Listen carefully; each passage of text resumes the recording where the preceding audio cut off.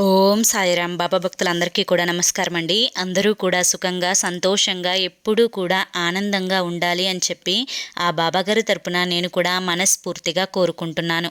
ఈరోజు బాబాగారు అందించే సందేశం ఏంటి అంటే కనుక, తల్లి, నాపై నీకు నమ్మకం నిజమైతే, నువ్వు నన్ను నిజంగా నమ్మినట్లయితే ఒక్కసారి నేను చెప్పేది విను తల్లి, నీతో మాట్లాడాలనే వచ్చానమ్మా అని చెప్పి ఏదో ఒక తెలియని సందేశాన్ని ఈరోజు బాబాగారు మనకి అందించాలి అనుకుంటున్నారండి.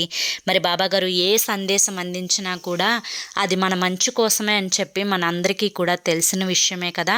మరి సందేశం వినే ముందు ఎవరికైతే బాబాగారు అంటే నమ్మకం ఉంటుందో వారందరూ కూడా ఈ వీడియోకి ఒక చిన్న లైక్ ఇవ్వండి.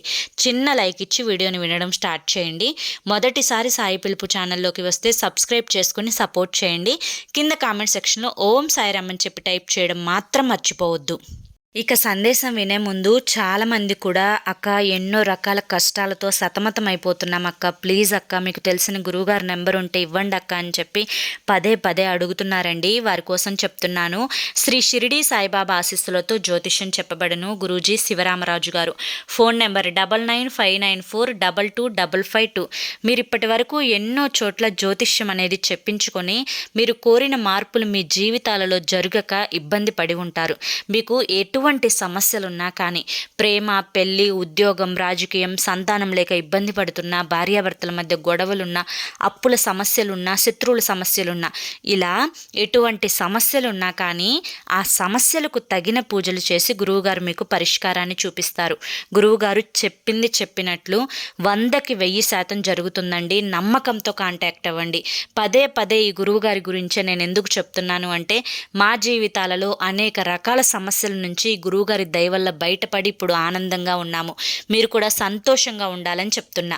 ఇక బాబాగారి యొక్క సందేశం విషయానికి వస్తే కనుక, తల్లి, ప్రతిసారి బాధ వచ్చినప్పుడల్లా బాబా బాబా బాబా అని చెప్పి మనసులో నా యొక్క నామ జపం చేస్తూ ఉంటావు. మరి సంతోషం వచ్చినప్పుడు నన్ను మర్చిపోతున్నావు కదా తల్లి.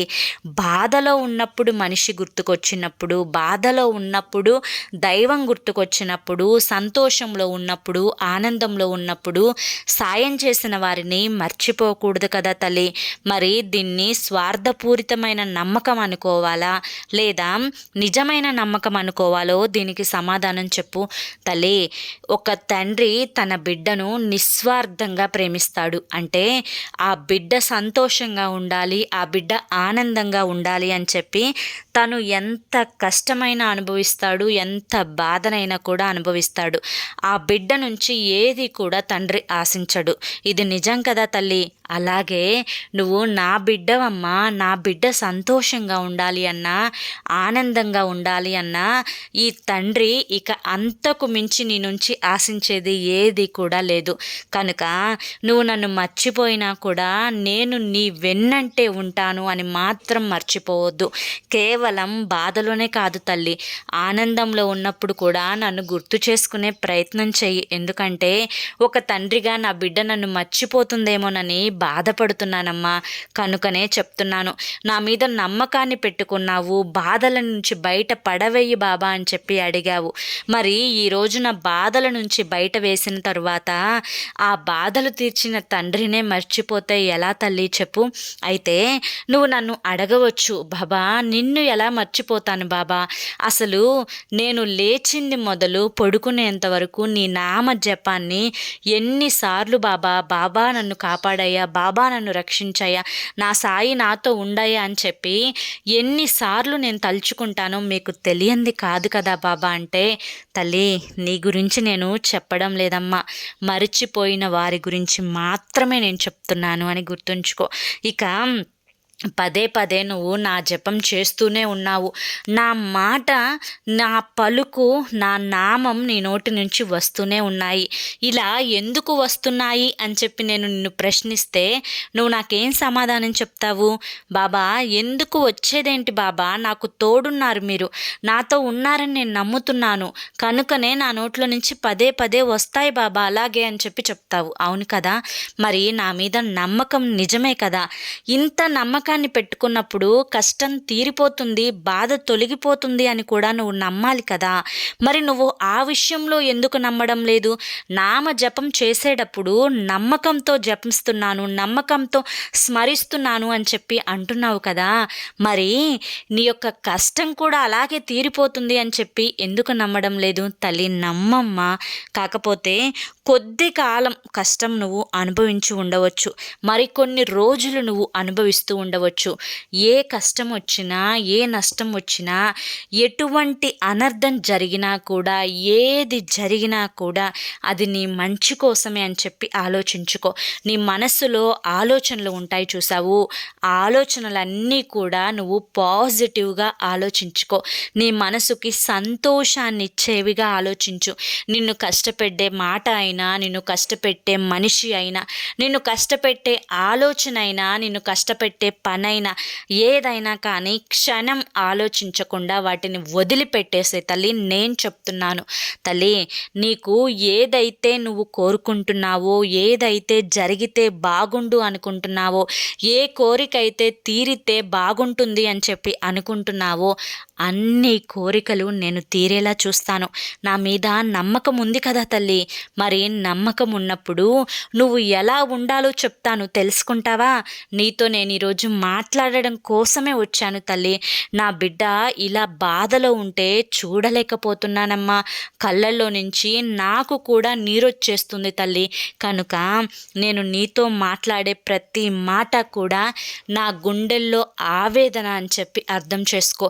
నీ ఆవేదనను నేను తొలగించే ప్రయత్నం చేస్తున్నప్పుడు ఈ తండ్రి ఆవేదనను ఒక బిడ్డగా తొలగించే ప్రయత్నం నువ్వు కూడా చేయాలి కదా తల్లి. అయితే ఆలోచించకు, నేను చెప్పింది విను. ఈ తండ్రి బాధ తొలగించే ప్రయత్నం చెయ్యి. ఈ యొక్క అవకాశాన్ని దక్కించుకో తల్లి అని చెప్పి బాబాగారు చెప్పాలి అనుకుంటున్న మాటలు ఏంటి అంటే కనుక, తల్లి సంతోషంగా ఉండమ్మా, ఆనందంగా ఉండు తల్లి. తల్లి, నీ యొక్క బంధం విషయంలో ఎన్నో రకాల కష్టాలని పడుతున్నావు, ఎన్నో రకాలైన బాధలని అనుభవిస్తున్నావు. ప్రతిరోజు కూడా నిద్ర మంచం మీద నుంచి లేచింది మొదలు మళ్ళీ పడుకునేంత వరకు కూడా మనసులో బాధలు నిన్ను కదిపివేస్తూ ఉన్నాయి. ఎంతగానో ఆలోచిస్తున్నావు, ఎంతగానో మనసుకి భారాన్ని కలిగిస్తున్నావు. ప్రతీది కూడా, ఏది కూడా నువ్వు ఆలోచించింది నీ యొక్క ఆశకు తగ్గట్లుగా ఏది కూడా జరగడం లేదు. అందుకనే మనసులో కుళ్ళి కుళ్ళి ఏడ్చుకుంటున్నావు. అయితే ఈ బాధ, ఈ కష్టం, ఈ ఆలోచన ఇవి అన్నీ కూడా నీ యొక్క భర్త విషయంలోనే కదా తల్లి. నువ్వు అనుకున్నావు, నాకు మంచి భర్త రావాలి, నన్ను ప్రేమగా చూసుకోవాలి, నన్ను అర్థం చేసుకోవాలి, నా యొక్క బ్రతుకు అనేది మంచిగా పండాలి అని చెప్పి అనుకున్నావు. కానీ అందుకు పూర్తిగా రివర్స్గా నీ జీవితంలో జరిగింది. నేను కాదు అనడం లేదు తల్లి. నీ యొక్క బంధం నిన్ను అర్థం చేసుకోలేదు కదా. మరి పెళ్ళై నీకు ఇన్ని సంవత్సరాలైంది, ఆ బంధాన్ని నువ్వు ఎంతవరకు అర్థం చేసుకున్నావు? ఇక్కడికి వచ్చిన తర్వాత 6 నెలలు సోమవాసం చేస్తేనే వారు వీరవుతారు అని చెప్పి తెలిసే ఉంటుంది కదా నీకు.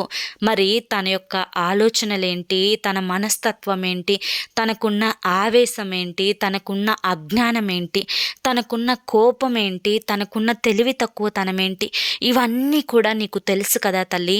మరి ఇన్ని తెలిసినప్పుడు అతని బ్రతుకు అంతే అని చెప్పి వదిలిపెట్టొచ్చు కదా. అంటే నా విషయంలో నిన్ను బంధాన్ని తెంచుకొని పక్కకి వెళ్ళమని చెప్పడం లేదు. నీ మనస్సుతో ముడిపడి ఉన్న బంధాన్ని తెంచుకొని ఆనందంగా ఉండమని చెప్తున్నాను తల్లి. ఏ తల్లిదండ్రులైనా కానీ తన బిడ్డకు ఇదే చెప్తారు కదా తల్లి. నేను కూడా నా బిడ్డ సంతోషం కోసం ఇదే చెప్పాలి అనుకుంటున్నాను. ఎందుకంటే ఎవరి యొక్క కర్మ ఫలితం అనేది వారు అనుభవించక తప్పదు. నీ భర్త చేసుకున్న కర్మల ఫలితాన్నే తాను ఇప్పుడు అనుభవిస్తున్నాడు. తన కర్మ ఫలితాన్ని తొలగించడం దైవాన్నైనా నా వల్ల కూడా కాదు. కనుక తన యొక్క కర్మ ఫలితం అనేది కొన్ని సంవత్సరాలు ఉంది. ఇన్ని సంవత్సరాలు నువ్వు బాధపడతాను అంటే ఒక తండ్రిగా నేను చూస్తూ ఉండలేను. తన ప్రాణానికి ఎటువంటి అపాయము ఉండదు. నేను చెప్తున్నాను బిడ్డ, నువ్వు తెలుసుకోవాల్సింది ఏంటి అంటే కనుక తన మానానికి తనను వదిలేసాయి. తనని వదిలేస్తూ కూడా అంటే తనని పూర్తిగా పట్టుకోవద్దు, అలా అని చెప్పి తనని పూర్తిగా వదిలేయవద్దు. ఓ రోజు రోజుకి తనలో కొంచెం మంచితనాన్ని పెంచే ప్రయత్నం చెయ్యి. తన మూర్ఖత్వాన్ని అజ్ఞానాన్ని తొలగించే ప్రయత్నం చెయ్యి. తన తల్లి తరువాత మళ్ళీ తల్లంత స్థానం గురించి అంటే మళ్ళీ తల్లి స్థానంలో ఉండి తన మంచి కోరుకునే వ్యక్తులలో మొదటి వ్యక్తివి నువ్వే అవుతావు. అవును కదా? మరి అలా చూస్తూ వదిలేసేయడానికి నీకు మనస్సు కూడా అంగీకరించదు. ఆ విషయం కూడా నాకు తెలుసు. కానీ గొడవలతోటి తగువులతోటి నీ యొక్క భర్తని మార్చుకోవాలి అనుకుంటే అది 100% అవివేకం అవుతుంది అని చెప్పి గుర్తుంచుకో. మరి ఎలా బాబా అని చెప్పి నువ్వు ప్రశ్నిస్తే దానికి కూడా సమాధానం చెప్తాను, జాగ్రత్తగా విను. బిడ్డ, ముళ్ళుని ముళ్ళుతోనే తీయాలి అని చెప్పి వింటారు. ఇతనికి మంచితనంతో తీయాలి అని గుర్తుంచుకో. అతనిలో ప్రేమను నింపాలి. నీ మీద నమ్మకాన్ని కలిగించుకోవాలి. తను పెట్టే కష్టానికి నువ్వు భరిస్తున్నావు ఓర్పుగా అని చెప్పి తనకు తెలియాలి. అలా తెలియడం కోసం ఎన్ని రకాల ప్రయత్నాలు చేయాలో అన్ని రకాల ప్రయత్నాలు చెయ్యి. ఈ ప్రయత్నంలో నీ మనసుని మాత్రం కష్టపెట్టుకోకు. ఏదైనా కానీ మనసుకి మాత్రం తీసుకోవద్దు అని గుర్తుంచుకో. ఇప్పటి వరకు చిన్న విషయానికి పెద్ద విషయానికి మనసుకు తీసుకున్నావు కదా. మనసుకు తీసుకోవడం వల్ల నువ్వు పొందిన లాభం ఏంటో చెప్పు నాకు. ఏమీ లేదు కదా తల్లి. మరెందుకమ్మా చెప్పు తల్లి. ఒక్క మాట చెప్తాను విను. మనసుకు తీసుకోవడం వల్ల మానసికంగా కృంగిపోతున్నావు. పగలల్లా కూడా పిల్లల పనులు చేసుకుంటూ భర్త టార్చర్ భరిస్తూ అలసిపోయి చివరికి రాత్రి సమయంలో నిద్రపోదామన్నా కంటికి నిద్ర కూడా కరువైపోతుంది. కమ్మటి నిద్రలోనైనా సేద తీరుదాము అనుకుంటే ఆ నిద్ర కూడా పట్టకుండా పోతుంది. అది కూడా నిన్ను టార్చర్ పెడుతుంది. మరి ఇదంతా ఎందుకు జరుగుతుంది? ఏ విషయమైనా కానీ, చిన్న విషయమైనా కానీ పెద్ద విషయమైనా కానీ నువ్వు మనసుకు తీసుకోవడం వల్ల జరుగుతుంది. దీనివల్ల నీకు ఎటువంటి ఉపయోగం ఉండదు, ఒక్క అనారోగ్యం తప్పితే. కనుక ఏది కూడా మనసుకు తీసుకోవద్దు. ఏవి జరుగుతున్నా కూడా లైట్గా తీసుకో. అతనికి మంచితనం, అతను ఎంత అరవచ్చు, కోపిష్ట అవ్వచ్చు, నీ మాట వినకపోవచ్చు, నీకు ఆపోజిట్గా ఉండవచ్చు. కానీ అన్నింటినీ కూడా తట్టుకొని తన ఎదురుగా మంచిగా ఉండు. మంచిగా ఉండి తను మళ్ళీ ఇంకా చేసుకుంటే ఒకరోజు గొడవ చేస్తాడు, రెండవ రోజు గొడవ చేస్తాడు, మూడవ రోజు మాత్రం నీ యొక్క మంచితనాన్ని అర్థం చేసుకునే ప్రయత్నం చేస్తాడు. కాదు తను అరిచాడు కాబట్టి నువ్వు కూడా అరవడం, తను ఎందుకు అరవాలి అని చెప్పి నువ్వు ప్రశ్నించడం, నన్ను ఎందుకు కొట్టాలి అని చెప్పి నువ్వు ప్రశ్నించడం, నువ్వు ఎందుకు తాగావు అని చెప్పి నువ్వు ప్రశ్నించడం, వీటన్నింటి వల్ల అనర్థాలే వస్తాయమ్మా. కనుక ఒక చంటి బిడ్డకు తల్లి ఏ విధంగా మంచితనం నేర్పుతుంది చెప్పు? తన బిడ్డ తెలియక మట్టి తింటుంటే ఒక దెబ్బ వేస్తుంది. దెబ్బ వేసి వదిలివేయదు కదా తల్లి, మళ్ళీ ప్రేమగా దగ్గరికి తీసుకుంటుంది. నాయన, మట్టి తినకూడదమ్మా. మట్టి తింటే నీకు పొట్టలో చాలా పెద్ద బండలాగా పెరుగుతుంది. నీకు పొట్టలో నొప్పి వస్తుందమ్మా, నీకు ఆరోగ్యం పాడవుతుంది తల్లి, బూచోడు వస్తాడమ్మా అని చెప్పి భయపెట్టి నీ బిడ్డని మార్చుకుంటావే కానీ అలా మట్టి తింటూ పోతే వదిలేసేవు కదా. అలాగే ఒక బిడ్డని తల్లి ఎంత ప్రేమగా మందగిస్తుందో, ఎంత కోపాన్ని అణుచుకొని తనలో మార్పు తేవడానికి ప్రయత్నిస్తుందో, నీ భర్త విషయంలో కూడా నువ్వు అలా చేసే ప్రయత్నం చేయి తల్లి. అలా చేసే ప్రయత్నంలో నీ మనసుని మాత్రం కష్టపెట్టుకోవద్దు. మళ్ళీ చెప్తున్నాను, నీ మనసుని మాత్రం కష్టపెట్టుకోవద్దు తల్లి. నా మీద నమ్మకం నిజమే కదా అమ్మా, మరి ఇదంతా నీ మంచి కోసమే కదా తల్లి నేను చెప్తుంది. ఇక లోకుల విషయానికి వస్తే ఇప్పటి వరకు ఎన్నో రకాలైన గొడవలు జరిగాయి, ఎన్నో రకాలైన అవమానాలు కూడా జరిగాయి.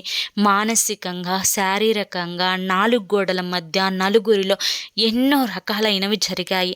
ఇక వారందరూ ఏమనుకుంటున్నారో, వీరందరూ ఏమనుకుంటున్నారో అనుకుంటూ నీ జీవితానికి నువ్వు శిక్ష వేసుకోవద్దు. పూర్తిగా ఇప్పటి వరకు నా బిడ్డ మానసికంగా చాలా నలిగిపోయింది. నువ్వు ఇప్పుడు కోలుకునే ప్రయత్నం చేయాలి అంటే అది కూడా మానసికంగా నువ్వు దృఢంగా అవ్వడంతోనే మొదలు పెట్టాలి అని గుర్తుంచుకో తల్లి.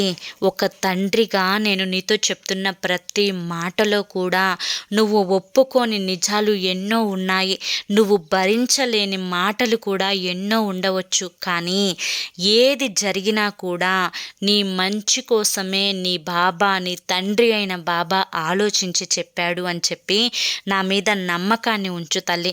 నా మీద అలకని చూపిస్తూ ఉన్నావు, అప్పుడప్పుడు ఏడ్చుకుంటూ అంటున్నావు కదా తల్లి, బాబా నిజంగా మీరుంటే ఎందుకు బాబా నాకు ఇన్ని కష్టాలు, అందరిలాగానే సంతోషంగా ఉండేదాన్ని కదా బాబా, అందరిలాగానే ఆనందంగా ఉండేదాన్ని కదా బాబా. ఈ 4 గోడల మధ్య నా కళ్ళ నీళ్లు కళ్ళల్లో కుక్కుకొని బ్రతుకుతున్నాను బాబా. ఎటు చూసినా కూడా బ్రతుకంతా శూన్యంలా మారిపోతుంది బాబా. ఎటు చూసినా కూడా కష్టాలే కనిపిస్తున్నాయి తప్పితే ఇక నా బ్రతుకు ఇలా వెళ్ళిపోవడమేనా బాబా అని చెప్పి అడుగుతున్నావు కదా. అయితే నీ ప్రశ్నకి సమాధానం చెప్తాను వినమ్మా. నీ వెనుక నీ బిడ్డలు లేరా చెప్పు. ఇప్పుడు నువ్వు కృంగిపోతున్నావు, మరి నీ బిడ్డలకి ఏ భవిష్యత్తు ఇవ్వాలని నిర్ణయించుకున్నావు. ఒక తల్లిగా మొదటి దైవానివి నువ్వే, మొదటి గురువువి నువ్వే. మరి నువ్వే ఇలా ఏ స్థితిలో ఉన్నావో కూడా తెలియకుండా ఉంటే ఆ బిడ్డలకి ఒక గురువుగా బోధించాల్సిన విద్యను, ఒక తల్లిగా బోధించాల్సిన విద్యను, ఒక మొదటి గురువుగా బాధ్యతను నువ్వెప్పుడు తీసుకుంటావు చెప్పు. మంచి ఏంటో చెడేంటో పిల్లలకి చెప్తున్నావా? పిల్లల మీద ఆలోచన ఉందా? వారి భవిష్యత్తు గురించి నీకైనా ఆలోచన ఉందా చెప్పు. తల్లి, నువ్వు పడ్డ బాధలు బిడ్డలు పడకూడదు కదా తల్లి. బిడ్డలకి బంగారు భవిష్యత్తు కావాలి కదా తల్లి. కావాలి అని చెప్పి మనసులో అనుకోగానే ఏది జరగదు అని గుర్తుంచుకో. దానికి తగిన ప్రయత్నం చెయ్యి. లేనిపోయిన ఆలోచనలు పక్కన పెట్టి పిల్లల్ని చక్కగా స్కూల్కి పంపిస్తూ వాళ్ళ పుస్తకాలు తీసి ఎలా చదువుతున్నారో ఆలోచించు. కేవలం పుస్తకాల యొక్క జ్ఞానం మాత్రమే కాకుండా ప్రపంచ జ్ఞానాన్ని, లోక జ్ఞానాన్ని, వ్యక్తుల మనస్తత్వాలను, తోటి పిల్లల భావాలను, మంచితనాన్ని, చెడుతనాన్ని, ఆ రెండిటి మధ్య భేదాన్ని, వీటన్నింటినీ కూడా పిల్లలకి కొంచెం కొంచెంగా నేర్పిస్తూ ఉండు. పిల్లల్లో ప్రేమను పెంచు. కఠినత్వానికి, కోపానికి పిల్లలు ఎక్కువగా గురైపోతూ ఉంటారు. ఇదంతా కూడా ఇంట్లో పరిస్థితుల వల్ల, వాతావరణ అనుకూలం అంటే వాతావరణం అంటే ప్రకృతి గురించి కాదు తల్లి, నీ ఇంట్లో ఉన్న వాతావరణానికి పిల్లల ప్రవర్తన ఇప్పటికే చాలా బాధాకరంగా మారింది. నిన్ను చూసి కాదు తల్లి, పిల్లల్ని చూసైనా కానీ పిల్లలకి సంతోషకరమైన వాతావరణం ఇంట్లో తల్లిదండ్రులను ఇవ్వాలి. మరి తండ్రికి బాధ్యత లేకపోతే తల్లైనా ఆ బాధ్యతను చూసుకోవాలి కదా తల్లి. పిల్లలు భూమి మీదకి వచ్చారు అంటే కారణం నువ్వు, నీ భర్త, అవును కదా. మరి వారికి అందమైన భవిష్యత్తును ఇచ్చే బాధ్యత కూడా మీదే.